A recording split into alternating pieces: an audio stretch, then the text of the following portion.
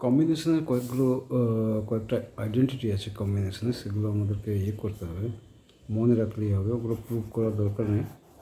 কম্বিনেশনের কম্বিনেশনের কিছু আইডেন্টিটি আছে, যেমন n C r is equal to n C n minus r, এটা একটা identity. N C r is equal to n C r n minus r. আরেকটা কি, n C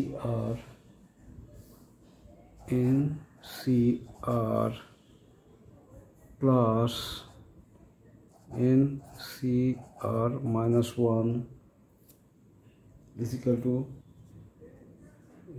two n plus one C r. এটা একটা identity. এগুলো কিছু কিছু solve করতে গেলে কাজে লাগে,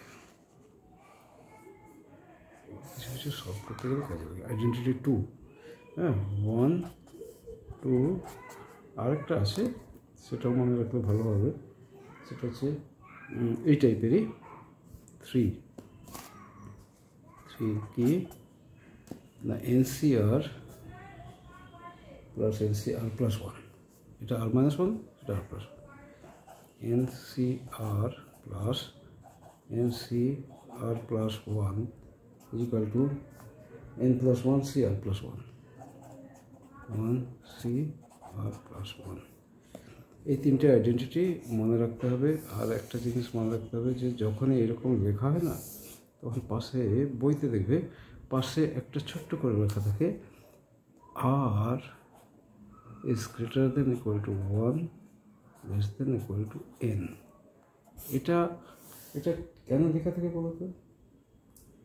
এটা লেখা থাকে এই কারণে যে এনটা আইটেমের মধ্যে আরটা আমি সিলেক্ট করতে পারি, সুতরাং এন সবসময় আর এর সমান বা বেশি হতে হবে। 5টা আইটেমের মধ্যে 3টে আমি সিলেক্ট করতে পারি।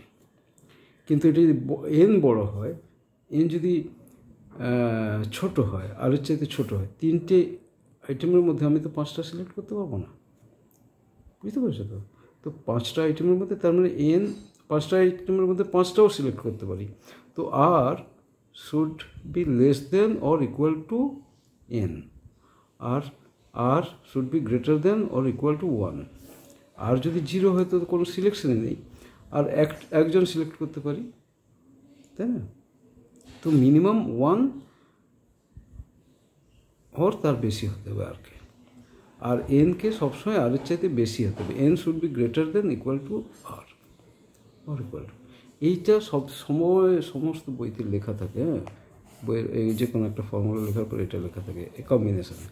এই জিনিসটা বা পারমোটেশনে দেখবে, এগুলো দেখে ঘাবড়ানোর কিছু নেই, এগুলো পড়ে বুঝতে পারবে যে কেন এটা লেখা থাকে।